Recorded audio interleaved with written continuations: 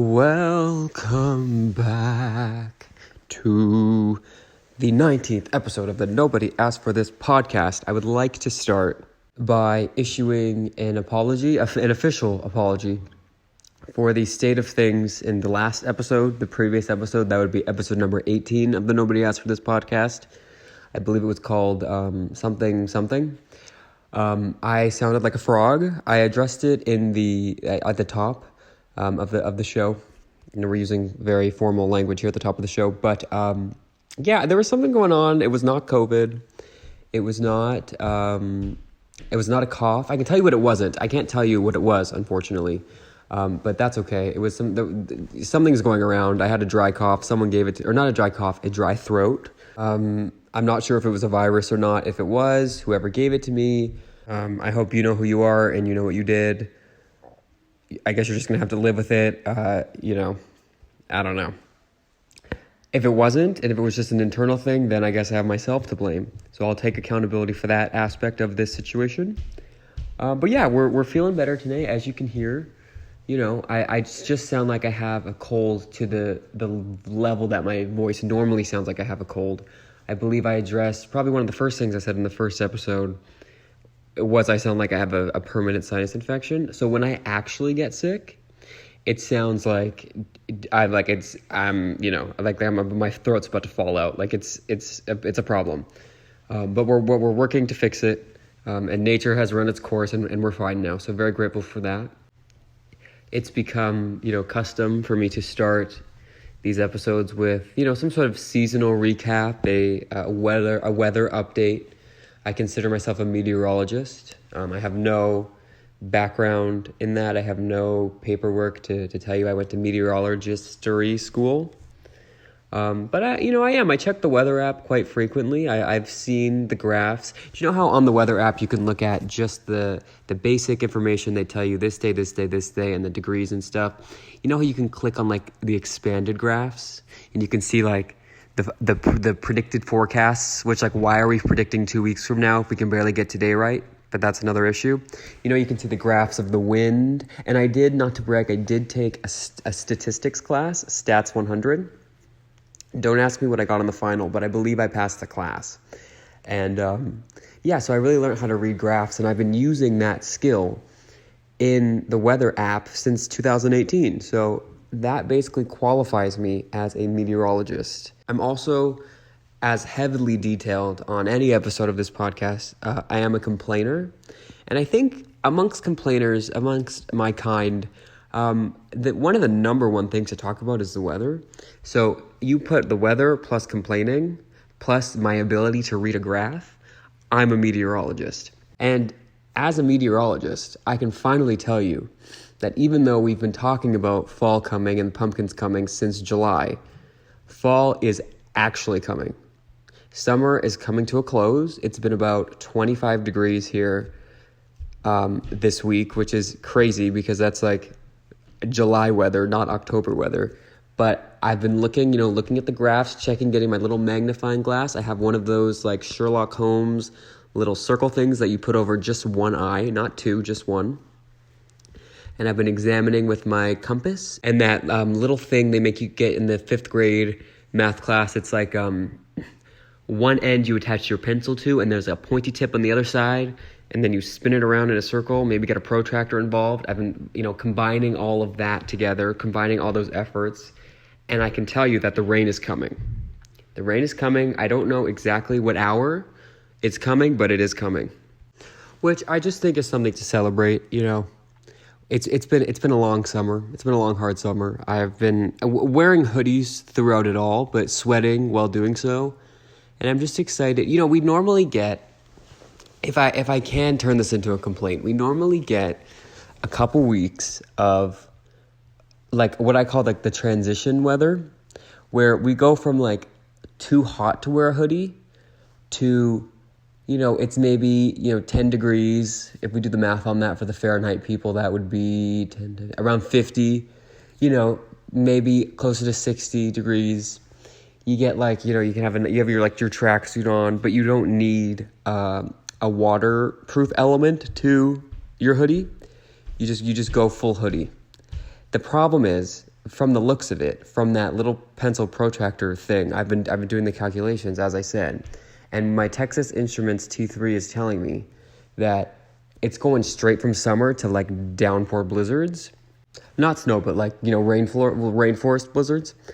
Dairy Queen should try that. But we're losing out on that mid weather, but that's fine. We'll just layer up, make sure your top layer is waterproof, and then you can wear as many hoodies and scarves and jackets and boots as you want.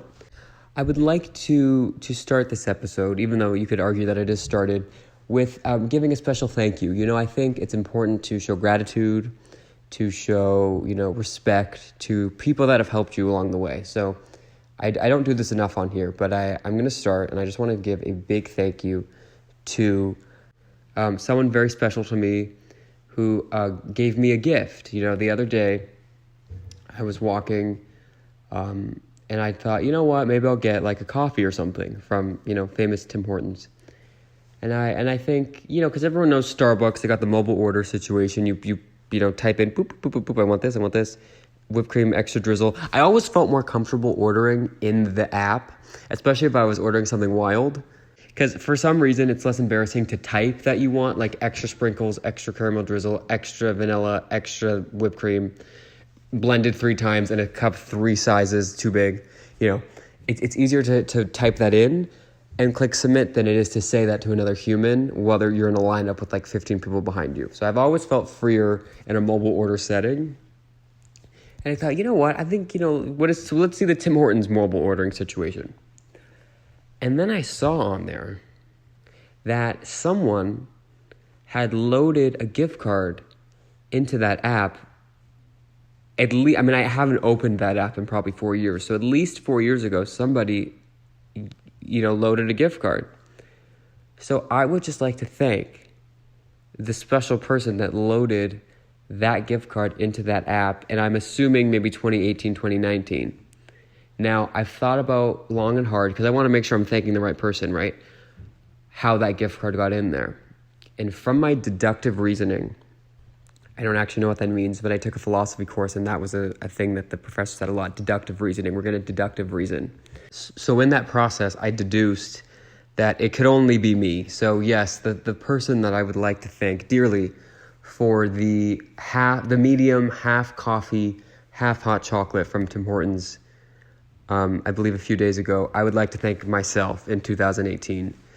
You really didn't have to, me, but you did, so I thank you. That felt nice to get out. Oh, I know I was talking last week. I feel like I start everything by referencing something I talked about before. So this is turning into, like, we started as a sitcom where like Friends or whatever, you could really watch and you can go to any episode and it makes sense, you can figure it out. But the Nobody Asked for this podcast is slowly turning into like a serialized drama where like you need to have watched every episode in order, because I'm just talking about the stuff that I talked about in the last episodes. But I was talking about how I really wanted to maybe bring back some of the segments we did in the first few episodes and like inject some structure into the show. And I'm so proud to announce that we have the return of the Gupdate. Now, the Gupdate segment, I'm sure many of you know, but for the ones of you that are new to us, which are exactly 0 people, because I've checked the statistics and there's no new listeners. But we're going to pretend for sake of ceremony that I'm going to explain to the new listeners what the Gupdate segment is. The Gupdate segment is, we started it because we wanted a place to talk about our gut updates. Now, what a gut update is and we shortened it to Gupdate just because it sounded better. It kind of rolled off the tongue a bit more easily. But a gut update is any sort of update that happens gutturally, gastrointestinally.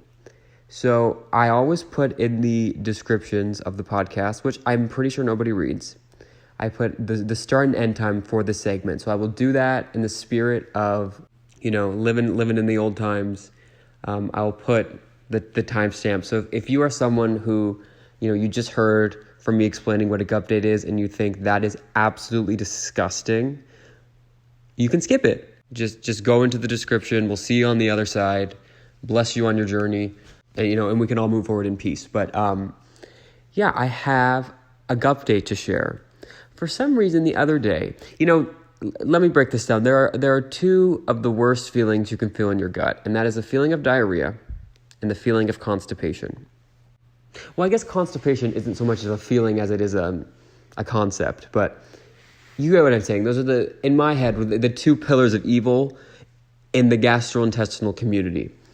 So for some reason the other day, I had both of those at the same time. I felt like I had diarrhea, but I went and was constipatiania, which was so unforgiving and it was so rude. And I would if you're a medical professional who maybe turns this podcast on to, inject some stupidity into your day full of numbers and patience and stuff, I'm glad to be that for you and truly wish to be. I say this all the time. I really think we should gear this podcast towards the medical community because I think they need it the most. People whose lives are maybe a little bit stupid already, and I say that with love because as someone with a stupid life, not stupid in a bad way, but you have silliness around you. You don't necessarily need me. But I think the lawyers and the doctors, anyone who works on Wall Street, which is a concept I don't really understand, but I think means you have an important job. I think they could really benefit from this, half an hour every week of just, clownery. But back to my diarrhea or lack thereof, which was the problem. Yeah, I felt like I had diarrhea, but also was constipated. So what am I supposed to do with that? And everybody knows my philosophy on diarrhea, which is it is a gift, but you have to be in the right place to receive it. You know what I'm saying? Sometimes it flushes you out like nothing else can. It's a nice reset. I also would really appreciate an Activia yogurt commercial or even just an ad. If anyone remembers those commercials where they had the little, it's a probiotic yogurt and they have those little dancing things, the little beams that are, placed on the person's stomach in the commercial and they're dancing up around. I think that means that it, essentially, it was they had probably 8 people in suits trying to figure out how do we show that this probiotic makes you without physically showing you that. And they thought bouncing dots in a stomach was the way to do that. And I got the message. Even young, I got the message. That commercial would play in between my cartoons on the Family Channel, and I knew what they were telling me. I said, that's... But anyway, I don't really have a further story because, again, with the constipation, it's almost like it was a lack of story. It's I finally had something to report on, and then I didn't. But, I just thought, if that's something that happened to me, I should share it in a Gupdate segment, and I haven't done that in a while. So thank you for listening. This is the conclusion, 13 minutes, 2 seconds of the Gupdate. And now back to our regularly scheduled programming, which consists of a Gupdate of a different sort. I don't think I talked about this last week, but if anyone remembers a few weeks ago, again, here I go talking about something that happened in a previous episode. I mentioned I should do at the start, previously on the Nobody Asked for This podcast, and then show you scenes or snippets of all the stuff that I'm going to talk about in this episode. As I'm saying that, it sounds like a lot of work, so I'm probably not going to do that. But, at least I had the idea. So anyway, if anybody remembers, a few weeks ago, I talked about how I had bought 900 grams of candy corn. Obviously, a very controversial snack. I am on the side, which I believe is the minority, that it is good. I accept my position in that issue, that I'm not in the majority, but that's fine. To each their own. But I bought a 900-gram bag of candy corn off of Amazon for a actually very decent price at $17.99, might I add. Less than I spent on the freaking microphones that I never used for this. I'm a financial planner's nightmare. But I came to the end of that candy corn a mere 3 or 4 days ago. I think this past weekend. And I just want to, speaking of gratitude, I want to thank it for what it gave me. It was comfort. It was, an honor to consume. I'm a little bit concerned, how fast it disappeared, given that no one else in my vicinity likes it. So it was clearly, I can't do the thing where I say, I shared it a lot, or other people ate half, or, the 6-pack of donuts. No, I definitely split those. I didn't eat 6 donuts on my own.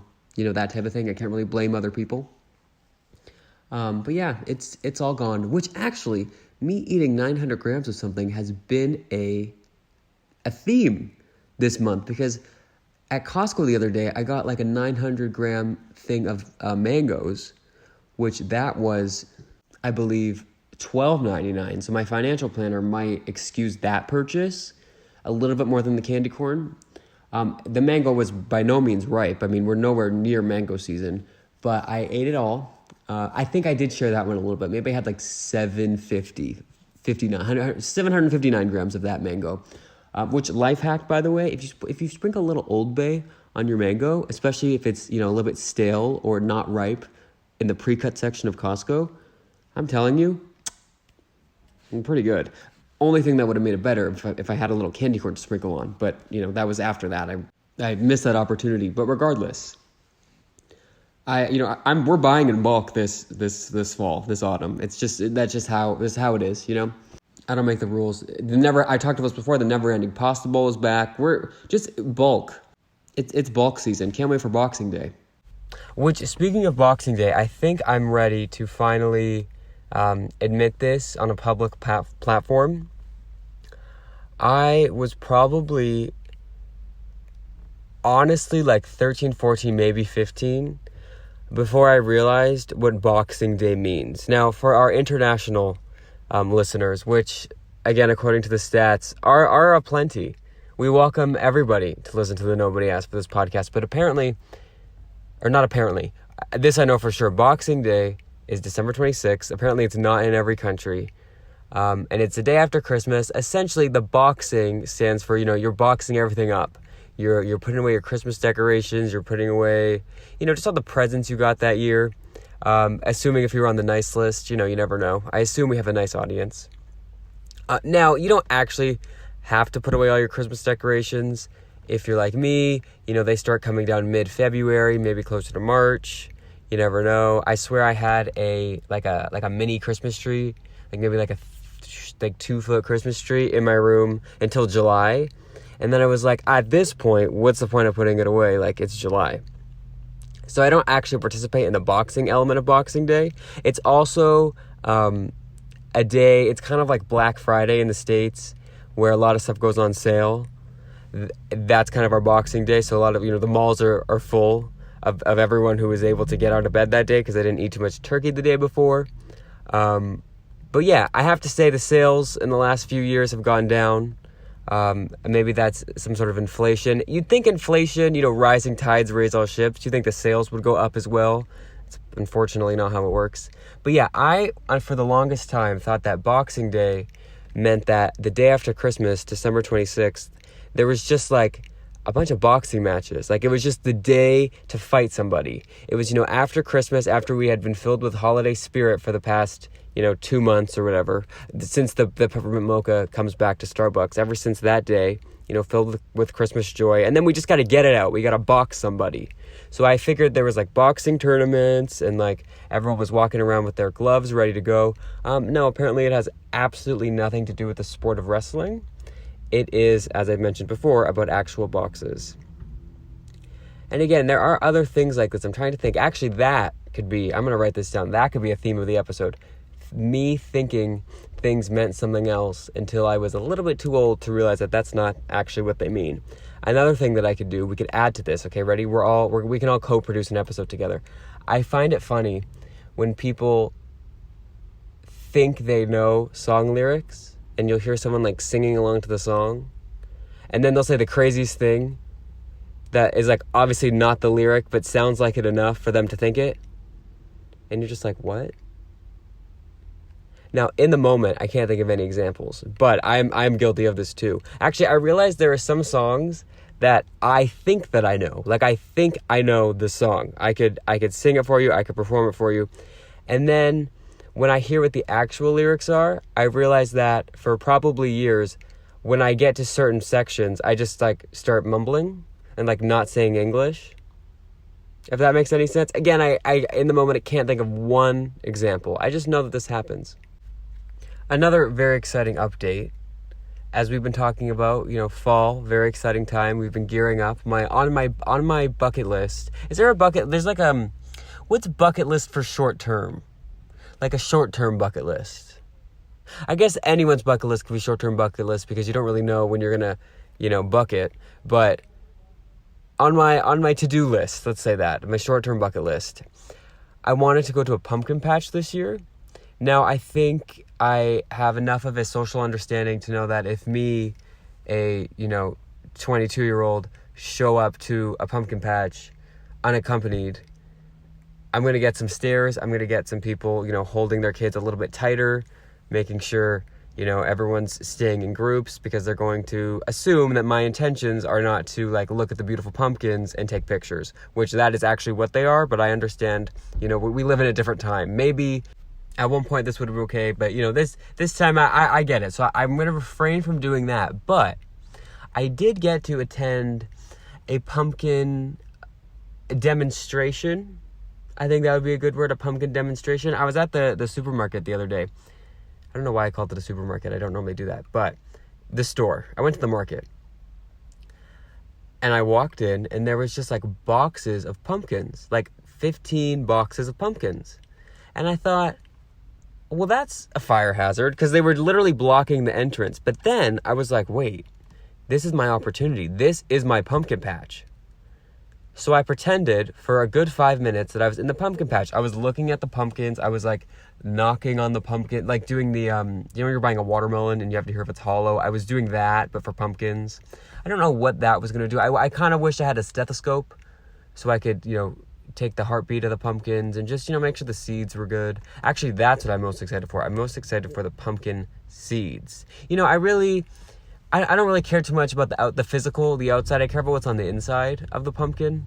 I'm not vain or shallow, as I'm sure you can tell by listening to this.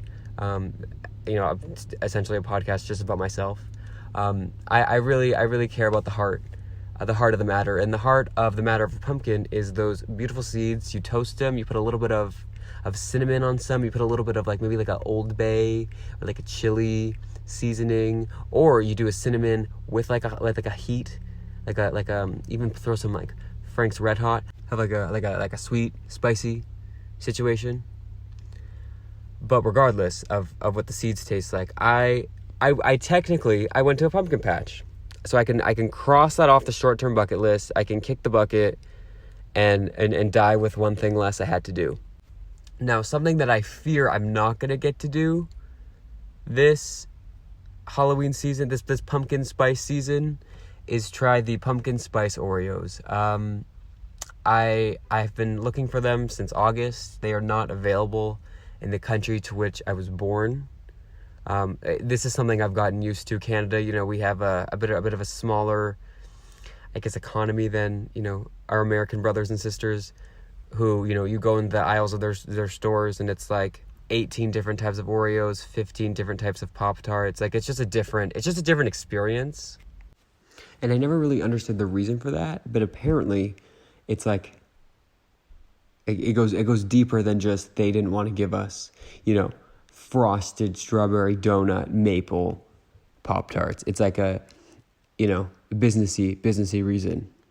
But that's okay, because anytime I would go to said American grocery stores, I would come out of there with let's just say I could never go to express checkout because I had more than 15 items. I was getting every version of everything that you can find here as if I was on Extreme Coupons. I think I've spoken about this before. Extreme Coupons is my version of the Olympics. I think some people watch the Olympics and they think, I want to do that one day. I want to study. I want to train for that. I'm going to go to a practice facility and learn how to do that. That's how I would watch Extreme Coupons back in the day. Anyone that doesn't remember, Extreme Coupons was basically this show where people would coupon at an extreme amount. They would have binders and binders and binders and binders of coupons. And they would show you at the beginning of their episode, hi, I'm Cheryl from, Detroit, Michigan, and I'm a couponer. And you'd basically go into Cheryl's basement and you would see she had a freaking store, racks and racks of 15 things of baking soda, 102 bars of soap, 60,000 toothbrushes. Now, this was pre-pandemic. So when the pandemic hit, Cheryl and Associates were good to go ready. I wonder if they'd been collecting hand sanitizer because, I mean, that's a good chunk of change right there. But essentially, over the years, Cheryl, let's call her, had couponed so much that she has like a stockpile. She has like a freaking store in her basement that literally costed like maybe $3. Because what would happen, right, is they would extreme coupon. They're basically in the store for 7 hours. You see all of the products that they're buying. And it's funny because the show itself is not sponsored by each of the products that they're buying. So they have to use almost like a Party City, Spirit of Halloween type rewording of the products that they're buying. Like, how at like a costume store, the costume's not called like Little Mermaid. It's called like Fish Woman Who Lost Her Voice. Same idea. Instead of calling it Gatorade, they have to call it sports drink.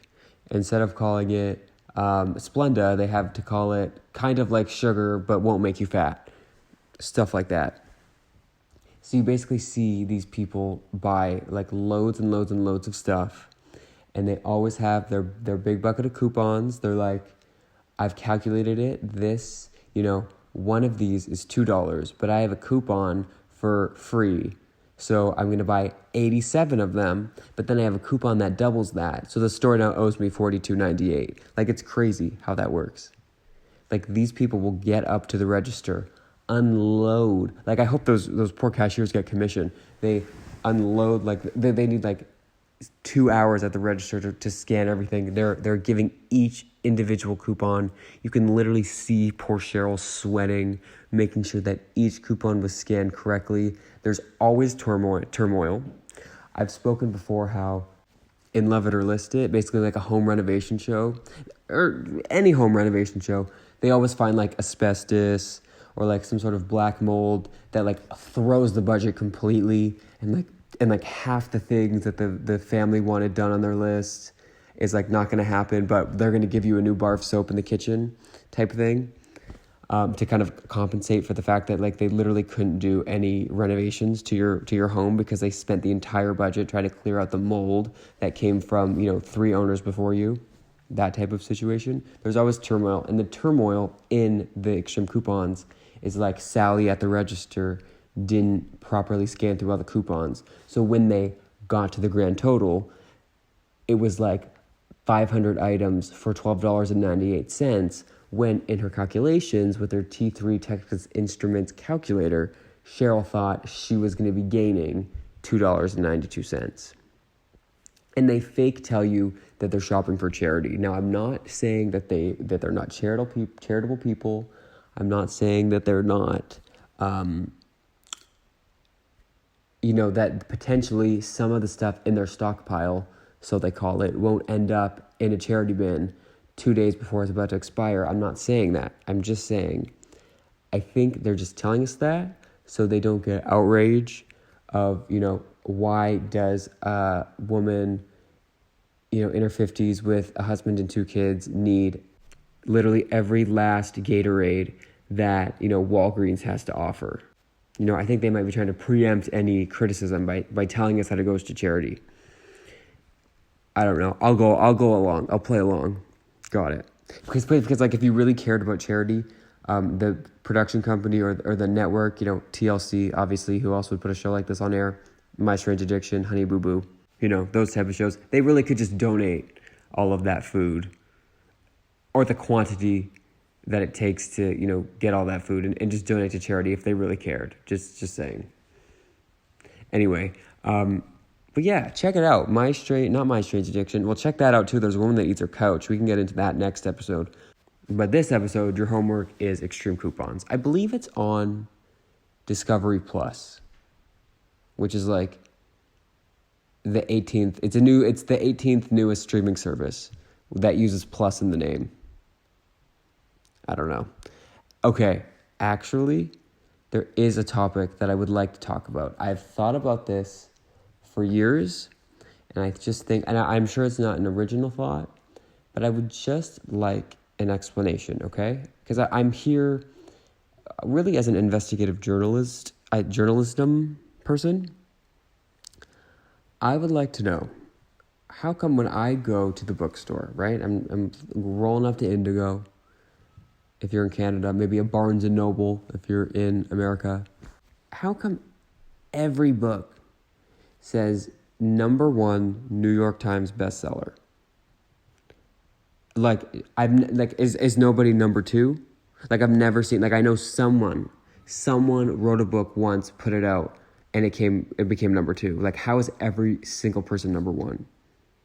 Every single one. That's not possible. So either that means that becoming a New York Times #1 bestselling author is not difficult, or there's 18 different lists where it's the categories of the rankings are best book with a blue cover with a picture of a taco on the front, released in the month of March.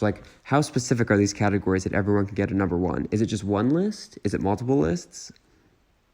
What is the New York Times bestseller? I don't know. All I know is that I want to be on it. So hopefully we can bump up the listenership, the audience of this podcast enough to the point that I can release a book and become a New York Times bestseller.